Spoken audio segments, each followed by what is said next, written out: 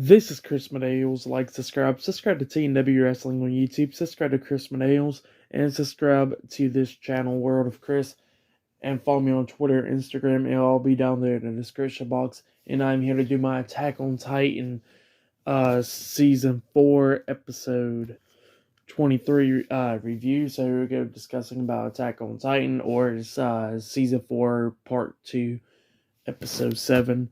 But yeah, it was titled Sunset, and it was a pretty good episode. If you can remember from last week's episode, Aaron used his powers to break the crystal and stuff. So because of Reiner, and it broke Annie's, and now Annie's out as well, and so that's what happened. So we started off the episode with Hitch. She goes down to like the hallway or whatever, and she sees like wet footprints or whatever, coming from the basement. So she knows that Annie has escaped, and she goes into the room where Annie's at, and where she was looking around. Annie comes up, grabs her, tells her shut up and don't be screaming for help or she'll kill her. So yeah, that's what Annie was telling her. But then Hitch pretty much flipped her with ease. Annie's, she's weak because, being trapped in the crystal for like 4 years, her whole body's weak. But yeah, she Hitch pretty much laying her out and everything, and was going to tie her up, and she was saying somebody come down here and help, but then she realized that she had blood on her hands, and Annie pretty much telling her, yeah, I cut myself a long time ago, and I can turn into a Titan. And Hitch looking at her saying, but I don't think you got the energy to turn into a Titan. And he said, well, we'll test that out. So Hitch follows through on Annie's plan and stuff to keep quiet and everything. Just for the chance of so Annie wouldn't turn into a Titan.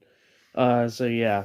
And Annie was pretty much discussing about everything, discussing about being trapped in that crystal for the last 4 years, talking about how she's been hearing everything, so she knows what's going on. She knows about the situation with Aaron and everything. So yeah, she knew about everything because Armin, with Armin coming down and see Annie and stuff, with Armin and Hitch talking for the past 4 years and everything while she was trapped in that crystal. She could hear him and stuff, like a distant dream type thing, and she heard him, and that's how she knew about the stuff that's been going on for the last 4 years. And then she said that she heard Aaron's voice, and that's where the crystal broke, and that's how she got out of it. So yeah, that's how she pretty much escaped from the crystal and everything. And then she started talking about her backstory to Hitch, talking about, she was born by her mother having an affair with somebody else or whatever, and she got dropped off at this gate. But then a LDN came up, raised her pretty much, teaching her the ways of martial arts, pretty much drilling in her head. Like she literally got beat the hell out of by the guy, and he was just trying to teach her stuff, martial arts and everything. Pretty much try to train her up and everything to become a soldier. And then one day she beat the shit out of him, and now she beat him so bad in the legs and stuff that he can't actually walk right. So yeah, and it's the guy that she pretty much calls her dad and everything, just because he raised her and everything. So yeah, and while we was getting that backstory, pretty much he was fighting back with some Marlians and stuff as well. So yeah, that's what Annie was telling Hitch and everything, telling her everything about her backstory and all that.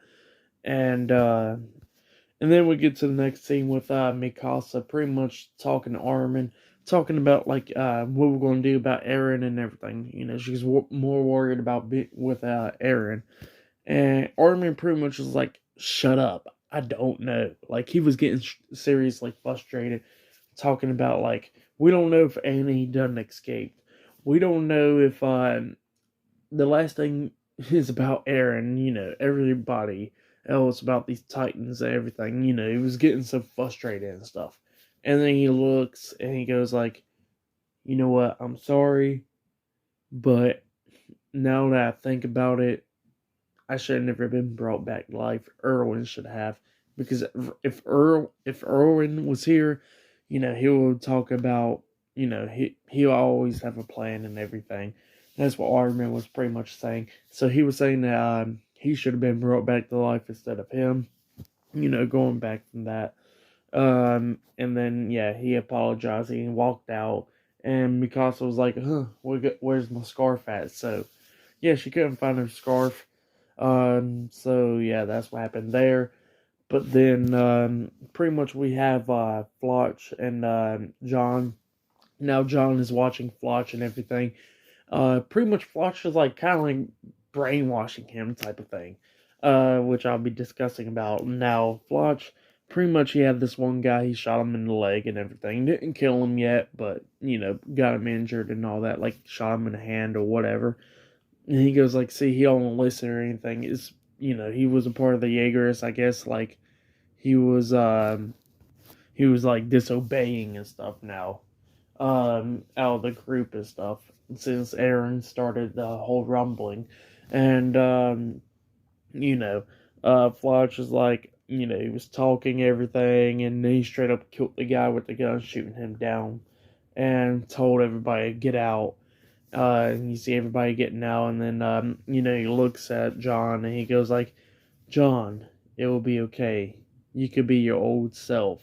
Be your annoying self again. You don't got nothing to worry about. Aaron already told me the plan and everything. How the plan was to, get close to Zeke to to get the full grasp of the founding Titan and all that. So yeah, that's what Flotch was talking about. So he said he knew about Aaron's plan the whole time, and that's what he was telling John. And John was like, "Are you serious?" and everything. He said, and Flotch was like, "Yeah, I'm serious." And then Mikasa pops up, and Mikasa looks at Flotch, and she goes like, "Hey, what happened to Commander Hanj and Captain Levi?" So yeah, Mikasa was wondering about them, and then Flotch looks at her and says, "Yeah, Zeke done killed both of them." So yeah, that's what happened there. And then we get to the next scene with Connie. Now Connie actually still got Falco, and Falco's awake at this moment, but I forgot one scene with Gabby actually. So with Gabby, pretty much she was saying goodbye and everything to Kaya, and Kaya was still calling her Mia. And Gabby looks at her and she goes like, "That's not my name. My name's actually Gabby, not Mia." And Kaya actually looks at her and goes like, "Huh, Mia sounds way better than Gabby. Gabby just sounds stupid." That's what happened. It was a pretty funny moment, but they hug each other and say goodbye. So yeah, that's what happened in that scene. But now back to with Falco and Connie. Now Falco's awake now. Pretty much Connie don't got him tied down or anything. They're both riding the horse, and pretty much Falco's thanking Connie for saving his life, because Connie was like, "Yeah, I just found you knocked out, and I was just helping you out and everything." And then Falco was like, "Oh, thank you for that." And then he starts thinking. He goes like, "Man, Connie's a nice person." And pretty much Connie, Falco's like, "But he looks very familiar." But at the same time, if Connie don't, ain't attacking me and stuff, I guess, ain't, I don't think is one of the people that I know or whatever. So yeah, that's what Falco was thinking about, and Connie was thinking about his family, about his dad and his sister and his brother and everything, how they might be killed, but he said there's still a chance to bring back his mom. So yeah, that's what Connie was thinking about. And then we get to the last scene, which was a great scene.